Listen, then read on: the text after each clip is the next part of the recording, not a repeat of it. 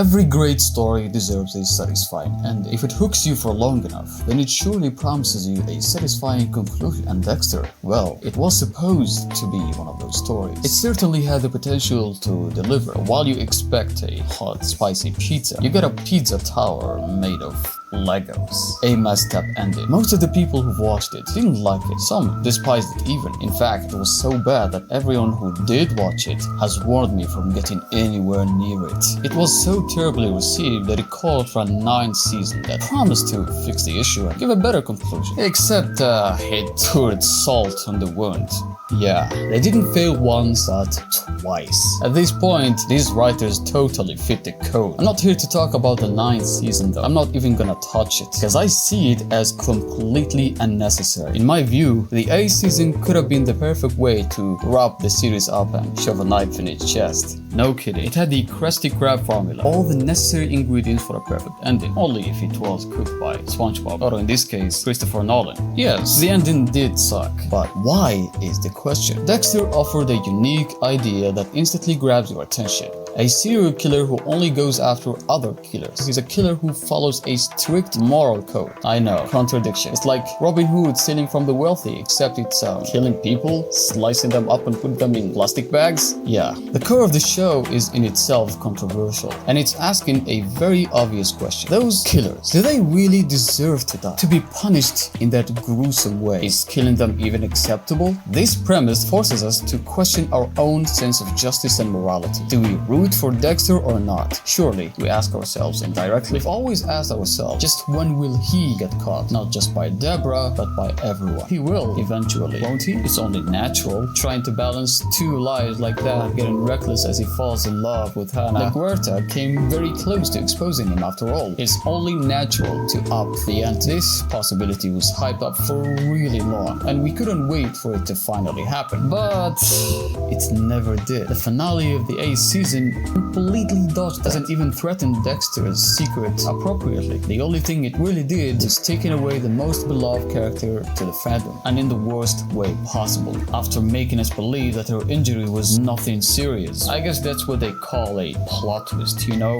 Leave the audience to believe that something would happen and then the opposite occurs, except this one had no emotional impact, not a huge effect on the story, and made no sense. It was like riding a roller coaster, and the episodes of the final season were akin to riding that hill, waiting for the slide down, except you just fall off the fucking cliff. A disgusting betrayal. The reason why I'm talking about her in particular is because Deborah is the most important side character in the show. Deborah is Dexter's sister and the most important person to him in the world. She is a serial killer's worst nightmare. Smart, attentive, and most importantly, completely immune from Dexter. Deb never accepted killing as the solution. It was apparent that each one of them went against everything they believe in for each other. Dexter truly challenged Deborah's nature. Deborah in herself challenged Dexter's nature as well. She in herself was a roaming violation to Harry's code. Her unstable state of mind is a constant threat to Dex, and she was close to exposing him or turning him in multiple times. But even though it was clear that Dex would never kill her no matter what. And I'll explain later why this is very important. But before we do that, there are other characters that we need to dive into. For example, Hannah McKay. It's the person that Dexter loves the most. There was a constant emphasis on how much Hannah McKay is important to Dexter and his nature in general, because being around her makes him feel like for the first time in his life he doesn't have to kill. Except, and despite the effect she has on him, she wasn't given any importance in the last few episodes, except being chased by a private detective who was let off easily. And also, it didn't seem like Dexter was doing things differently at all. Even after Vogel, the spiritual mother of Dexter, died, and was even a threat for the main antagonist, Oliver Saxton, that he could end the life of those he loved. The only thing he did differently is allow the cops to have a hit on Saxton, meaning that if he caught him or someone else did, it doesn't matter as long as a threat is gone. Or was that really enough? I mean, you have the chance to live your life away from all the problems and heal yourself from the monster that caused you so much trouble, and that's the extent you go to? Didn't feel like he was that serious about it, as if Vogel's death barely meant anything to him. She was a key character. She gave him the code he used for decades. Her death didn't have enough impact on Dexter or the plot, and Dexter ignored the obvious solutions like, I don't know, maybe hiring a hitman to protect him him like Isaac Sirko did before him, or use a fucking gun for crying out loud. You really have to make them sleep and put them on a table and wrap them in plastic? Also, shouldn't you have been more clear about the level of danger to those you care about? Deborah, a close person to him and a possible target, came to his house and have a last dinner? Oh, a dangerous serial killer like Trinity is out there somewhere. Sure, let me go to my brother's house at night. What could go wrong? Nothing really, nothing went wrong. They actually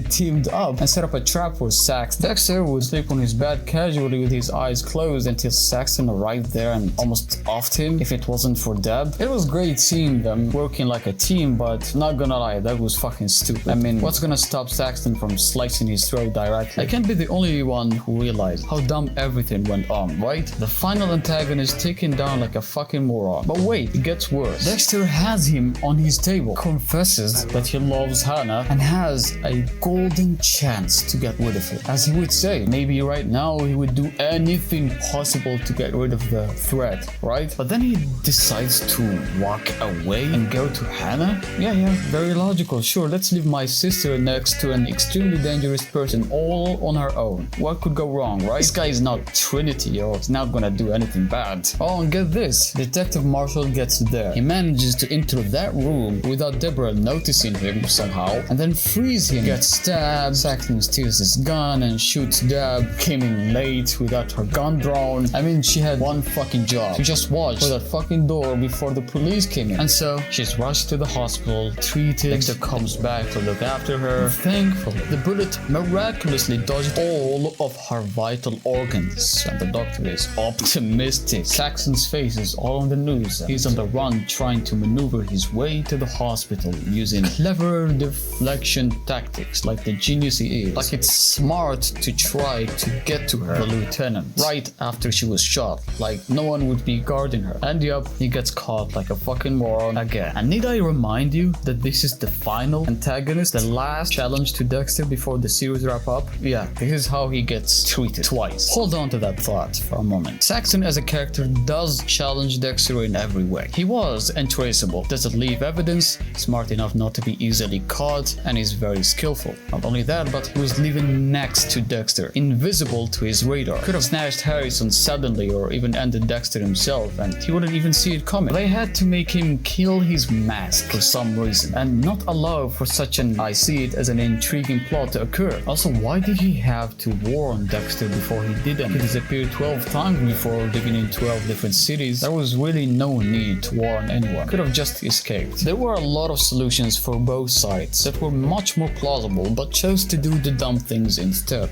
But wait, it gets even worse, because now that he's caught and placed inside the police station in front of everyone and recorded by a camera, Dexter chooses to use that opportunity to do regular procedure on Saxon, trying to kill him there. And he did, like a skilled assassin, stabbed him with a pen in the right spot. Yeah, but he had a very smart plan, you know. But then again, only a fucking moron wouldn't notice that this is not the work of a regular blood spatter analyst. This guy is a trained killer, obviously. But then neither Bautista or Quinn were able to see that. And no, they allowed him to walk away that easily. Oh, you killed the person inside our department and we have footage of that. No problem, you're free to go, Dexter. The same person that was accused of being the Bay Harbor Butcher by Doakes and Aguerta? No problem. Okay, so the antagonist is now dead. Dex can go back to Hannah and live a perfect life. No.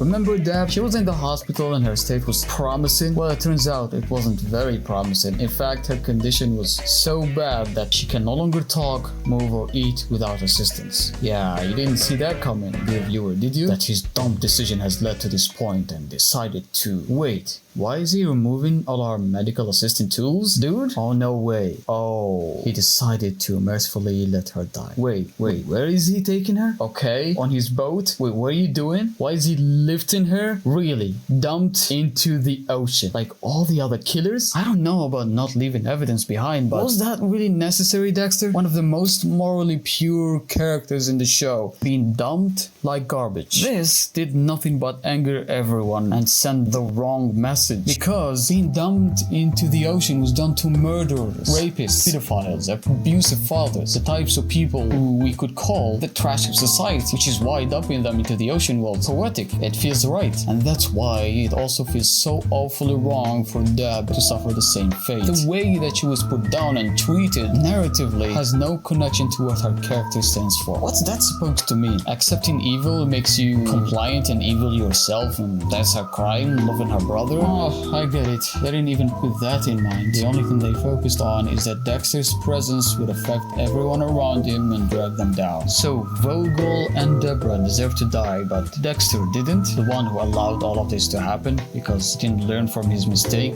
twice. Oh, he gets a worse punishment, takes his own death and becomes a lumberjack. Okay. And now when you talk about Dexter at this point, he's been through a lot of loss already. Rita, when she was killed, that was supposed to be a big moment for him. He felt rage, guilt, and regret for letting Trinity get close enough to hurt her. And there was an entire season prior to this one dedicated to show that he would be more careful. He's got more to lose here, and he knows the danger. And he plays it just like another situation. It wasn't just that he was ready to live away in Argentina, a normal life with Harrison and Hannah, but he's also gonna get away from killing and darkness completely. And even after Deborah was shot, he didn't show much of remorse or rage. He didn't feel a strong emotional impact on him, and it felt almost strange. Dexter just takes it, a flat response. You'd think that it would trigger something bigger in him, but it doesn't, and it leaves her death feeling kind of empty. They decided to take every important plot point and place it where it wouldn't have a good impact or make things happen in an illogical way that go against the character's personality or logic. Not only that Dexter did repeat his mistake, but Deborah did too, after she had already learned not to put herself in harm's way. Suddenly, in the end, she decided to get involved again. It's like the growth was thrown out of the window. She knew that Dexter could handle things, and it just undermines everything. And it's frustrating because it felt like the writers were forcing her into the storyline just to get shot. Saxon was caught the first time and the second time in an anticlimactic way. The final confrontation between him and Dexter also went down in an anticlimactic way. Narratively, the end didn't give any convincing answer to the main questions of the series or the final season. In fact, it ends in Dexter running away and disappearing, and that felt more like a retreat and avoidance. He chose to fake his death. To what? To protect Hannah and hurt her by knowing he's dead and leaving her there alone in Argentina, instead of curing his darkness, the one that caused Deborah to die? Protecting Harrison by making him an orphan of both parents? Or maybe he's punishing himself. If that's the case, then just give yourself up to law enforcement. They chose to focus on the theme of the final season and completely ignore the main important questions in the show. The final season missed some crucial details that could have significantly enhanced the narrative. Here are some missed opportunities. When Deborah confessed to Quinn about killing LaGuerta, that should have raised some serious suspicions. Dex investigating Zach Hamilton together. This partnership could have allowed Quinn to notice inconsistencies or changes in Dex's behavior while they were tailing Zach. Since he was trying hard to become Sergeant, and spotting Dexter interacting with Zach could have added another layer of pressure on Dexter, especially with Quinn becoming more involved in their investigation. And this could have possibly revived the case of the Bay Harbor Butcher. That was a mounting pressure that could have been used more effective. That was Detective Marshall,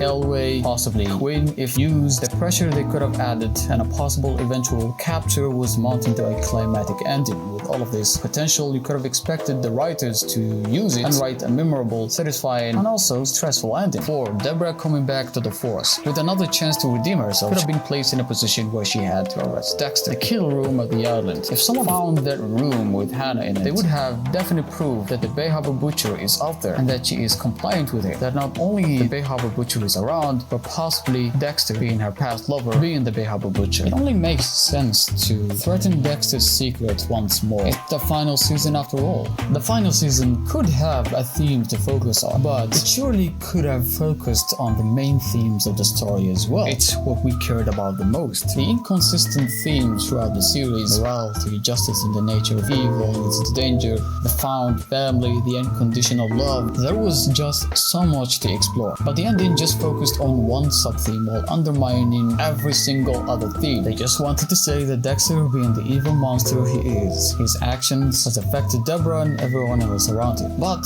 the problem with this theme, the theme that they focused on the most, is that Dexter's urges were actually fading away. A strong reason why this particular theme, the only theme they focused on, didn't work.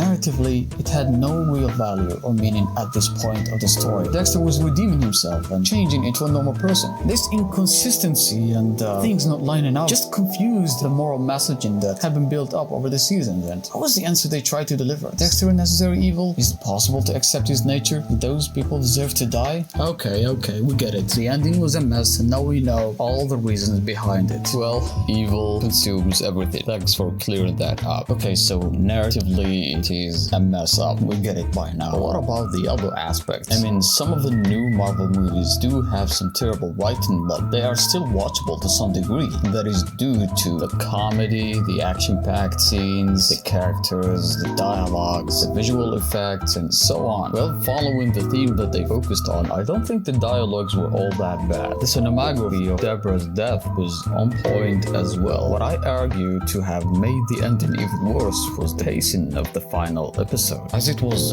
very slow and dull and boring. That's because Oliver Saxton was no longer perceived as much of a threat, and he was dealt with rather quickly. And the same can be said for Elway. The tension was rather high for the first quarter of the episode, but it was much slowed down by loads and loads of dialogue. It seemed like a lot of things were mounting up, but the tension was released rather quickly and in an anticlimactic way. The main two threats were taken away by about the half of the episode. Again, everything was slowed by flashback, dialogue, and a lot of bullshit. And with a few minutes of high tension being that dumb, no wonder it flopped so hard.